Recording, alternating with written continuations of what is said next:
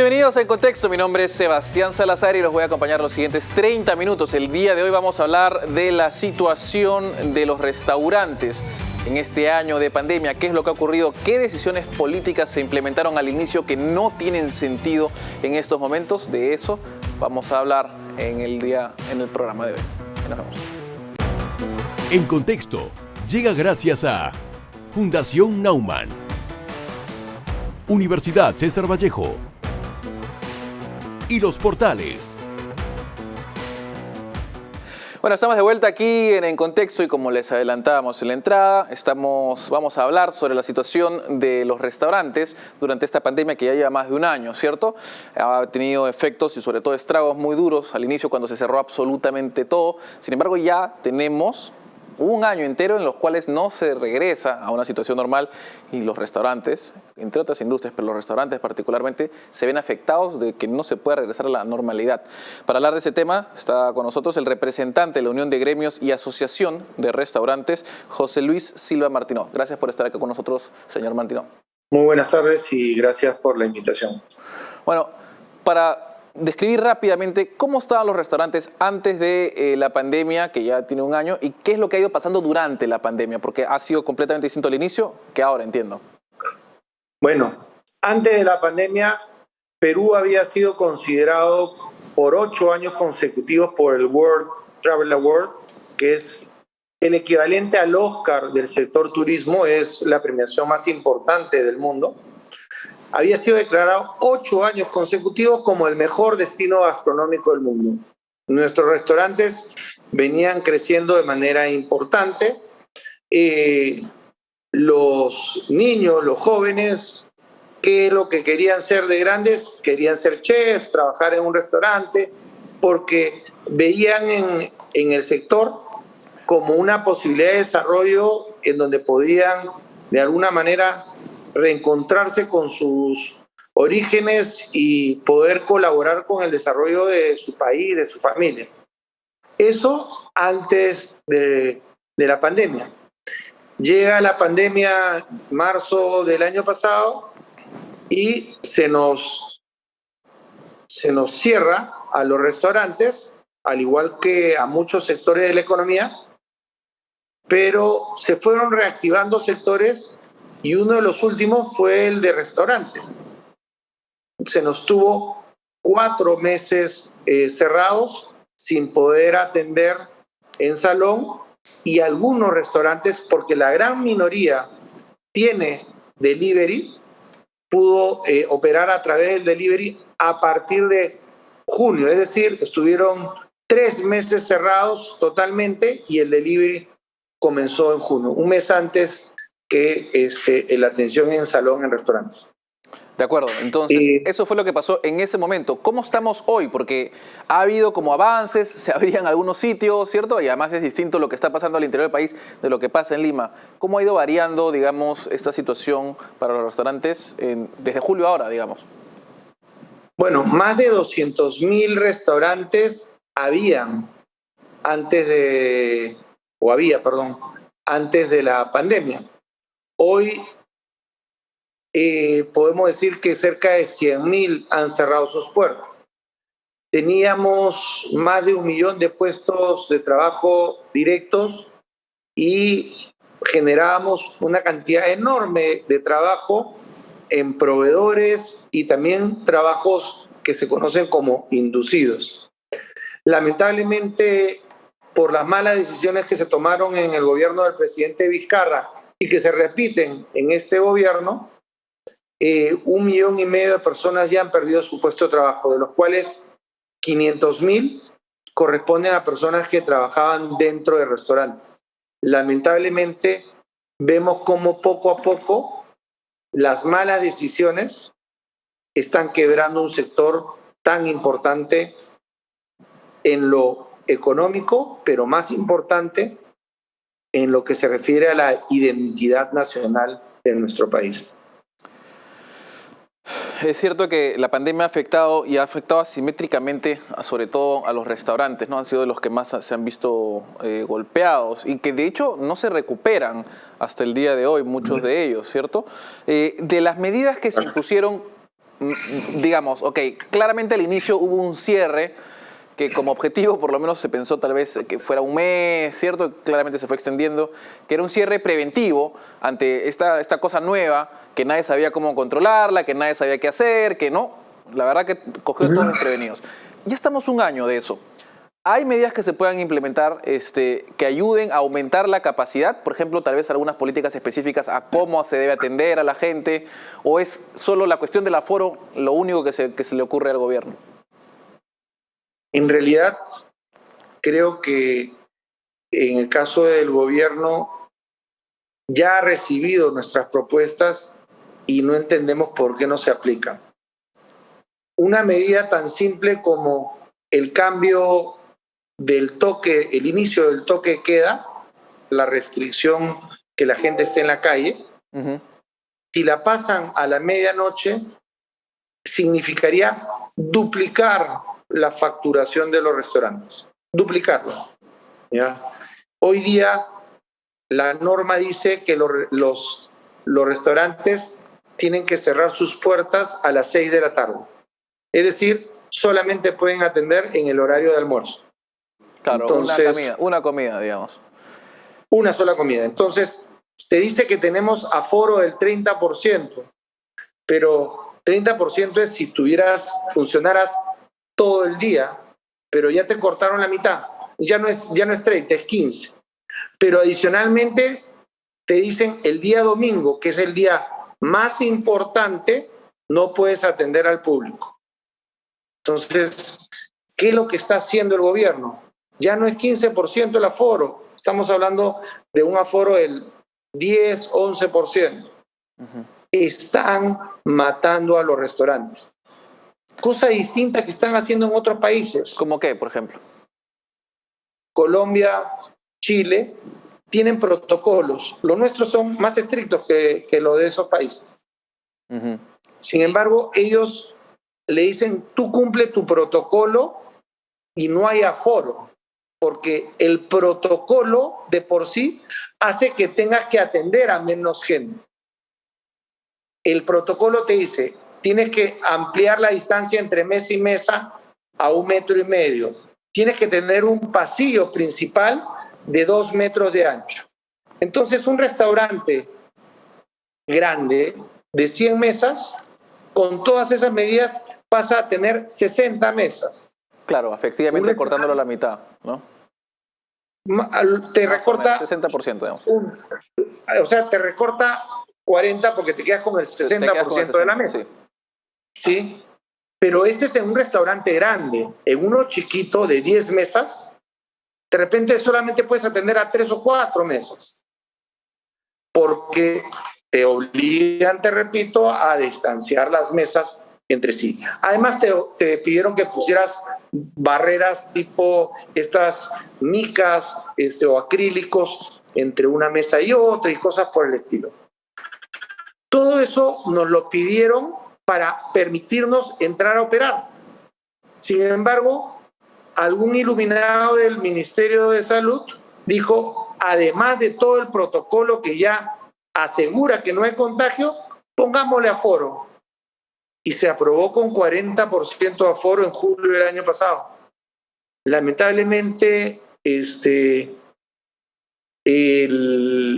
no siguen la información del Ministerio de Salud.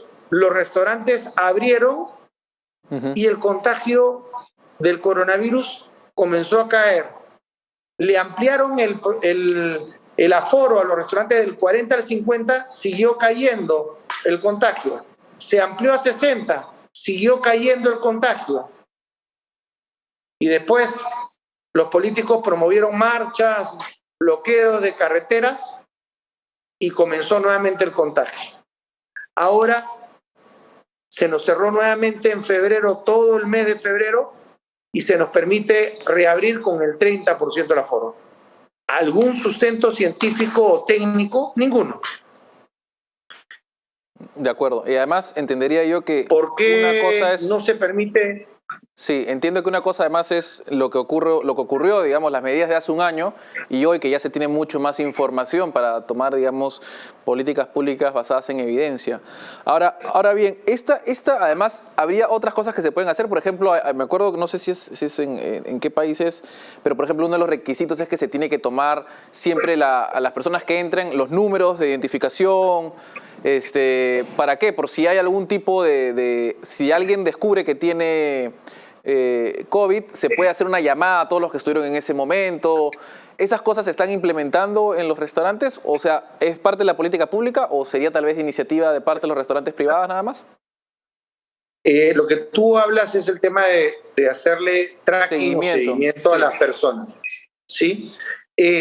Lamentablemente en nuestro país, a pesar de que se ha planteado en reiteradas oportunidades, no se ha hecho, no se compró la tecnología que la ofreció, si no me equivoco, Israel, de manera muy, muy barata, ¿ya? En el cual todas las personas pueden ser monitoreadas a través del celular en dónde están y con quién han estado y si pueden haberse contagiado o no.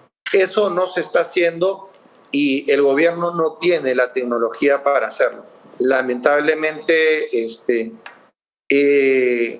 tanto el gobierno del presidente Vizcarra como el presidente Sagasti no han tomado buenas decisiones. Tanto así que hoy día el Perú, según Financial Times, es el país que peor ha manejado la pandemia. Y eso es porque tomamos las peores decisiones. Y esas peores decisiones son las que estamos tomando nuevamente. Uh-huh. Justamente. Tenemos que ir a una breve pausa, pero antes de eso dejo la pregunta al aire y es, digamos, si existe alguna medida que se pueda implementar ipso facto para ayudar a los restaurantes. Intuyo la respuesta de lo que hemos estado conversando, pero después de la pausa la respondemos. Ahora volvemos.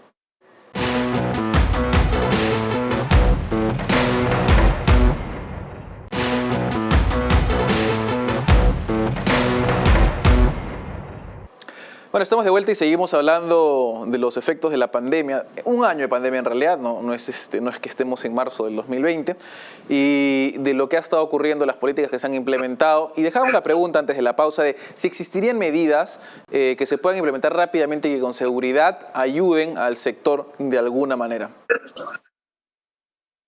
Bueno, sí. Como tú bien lo debes haber intuido, el primero es el toque de queda, que en vez de ser a las 9 de la noche, sea a la medianoche. Segundo, el no hablar de aforos, porque los protocolos y las inversiones que han hecho los restaurantes formales aseguran que no hay contagios en los restaurantes. Es más, nosotros hemos pedido al Ministerio de Salud que públicamente nos diga ¿cuánta gente se ha contagiado en un restaurante? Y la respuesta va a ser 0, porque no ha habido contagios a través de los restaurantes.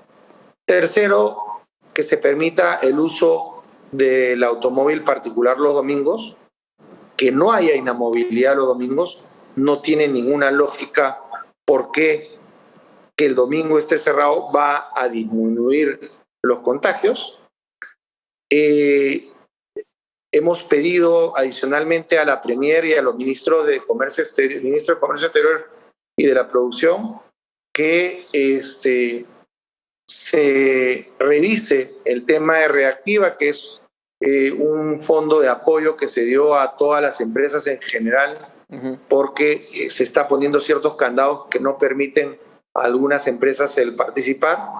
Y el tema que tendría mayor impacto a los restaurantes sería el tema de la exoneración del IGB, algo que Colombia también ha aplicado desde mayo del año pasado hasta diciembre de este año y con la chance de poder prorrogarlo por un periodo mayor.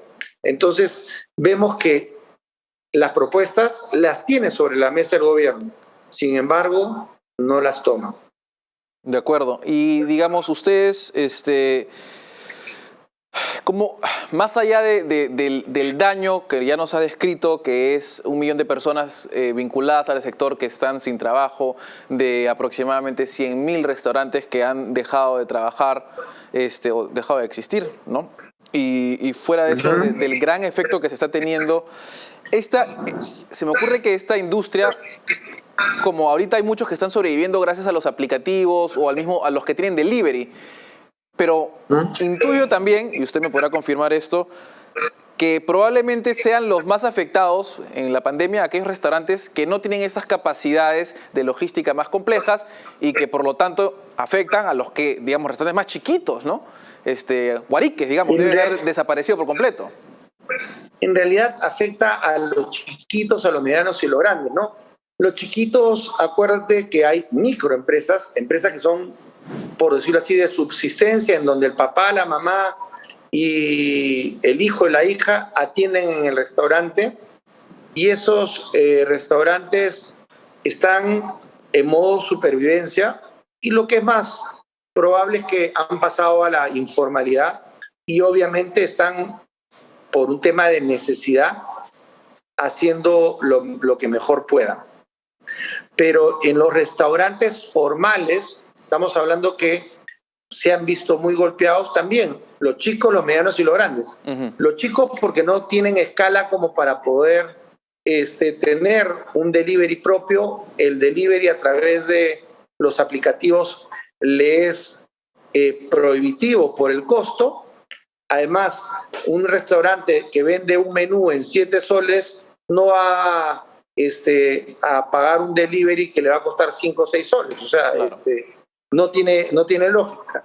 Pero también está afectando a los restaurantes más connotados de nuestro país, porque los restaurantes, me refiero a los que están en la lista Pellegrini o en cualquier otra de estas listas de restaurantes,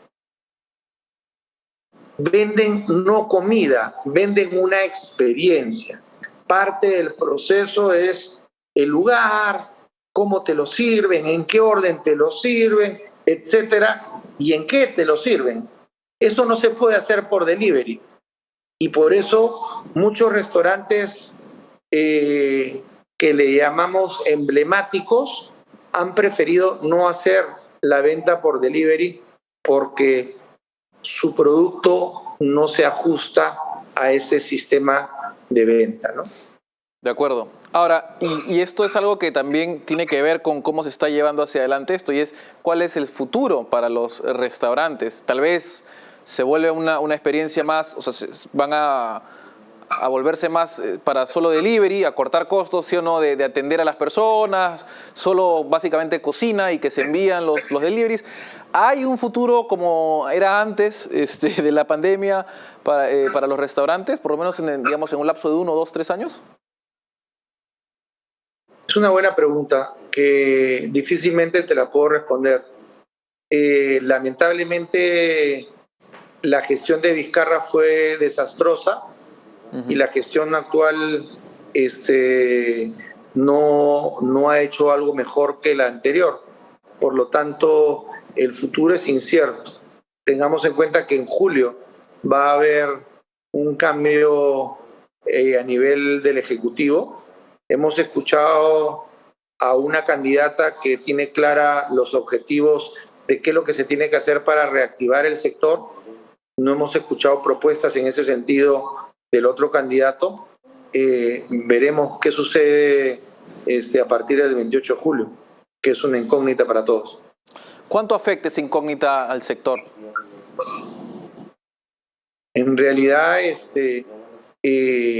afectar hoy, básicamente, la gente en el sector de restaurantes está sobreviviendo y por lo tanto eso es de alguna manera agregarle más incertidumbre, pero la mayoría, por no decir la totalidad de los restaurantes en el Perú, están en una situación precaria y que lamentablemente no es entendida por el Ejecutivo.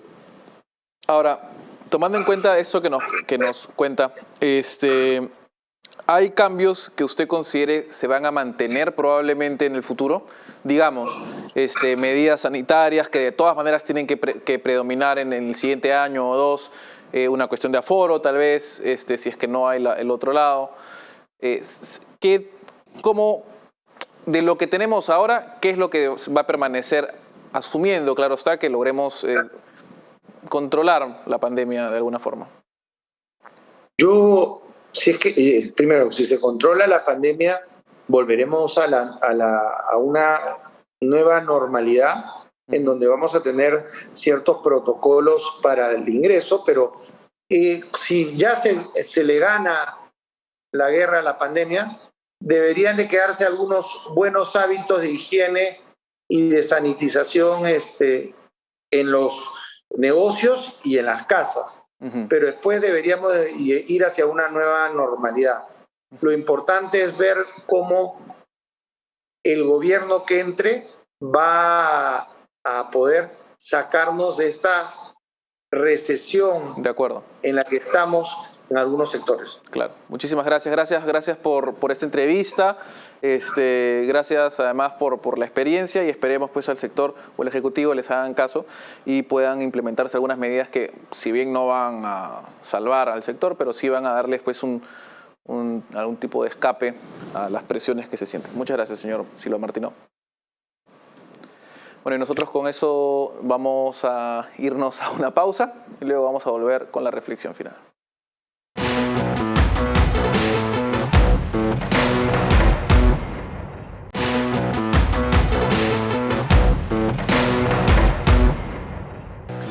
Estamos de vuelta aquí con las conclusiones, la reflexión final, y como hemos visto, la gestión pública, las decisiones, las políticas que tal vez tuvieron sentido al inicio de la pandemia, cuando no se sabía qué es lo que estaba pasando, han tenido un efecto devastador sobre el sector de restaurantes específicamente. Aproximadamente la mitad de restaurantes formales ha desaparecido. A 1 millón de personas en el sector, entre vinculados y personas que trabajan directamente, ya no trabajan más en restaurantes, y muchos de estos negocios se han ido a la informalidad y se encuentran en un modo de simple y llana supervivencia, tratando de llegar básicamente al día siguiente. Además, la manera en la que se opera y la manera en la que se ha estado llevando a cabo el negocio con un aforo reducido no permite que los restaurantes puedan manejarse. Esto tomando en consideración además que hay una limitante a las 9 de la noche y que por lo tanto solo se sirve una comida al día y se prohíbe los domingos, que usualmente es cuando más se comía. Esto ha generado ya una catástrofe en el sector que no está siendo aparentemente vista bien por el gobierno. Hay políticas que se han implementado en otros lados y que se tendrían que implementar acá sin mayor problema. Se puede aprender. Ya tenemos 1 año de experiencia y sin embargo el gobierno no pone, ¿cómo se dice?, las políticas adecuadas. Pero bueno, con eso nos vamos a despedir. Antes de eso, les decimos que pueden siempre seguirnos en YouTube si se han perdido cualquier parte de la entrevista, quieren averiguar sobre alguna otra cosa. Tenemos sobre la pandemia una cantidad brutal de información, desde salud, desde cómo ha afectado la educación, a las MIPES, a las empresas más grandes, a la minería. Todo eso se encuentra acá, y no solo eso, sino también tenemos bastantes programas sobre el socialismo del siglo XXI, las elecciones, cómo interpretar ciertas cosas, hasta tenemos de fútbol, así que ahí lo puede ver todo, solo tiene que poner en contexto en el buscador y lo va a encontrar. Me despido y nos vemos otro día. En Contexto llega gracias a Fundación Naumann, Universidad César Vallejo y Los Portales.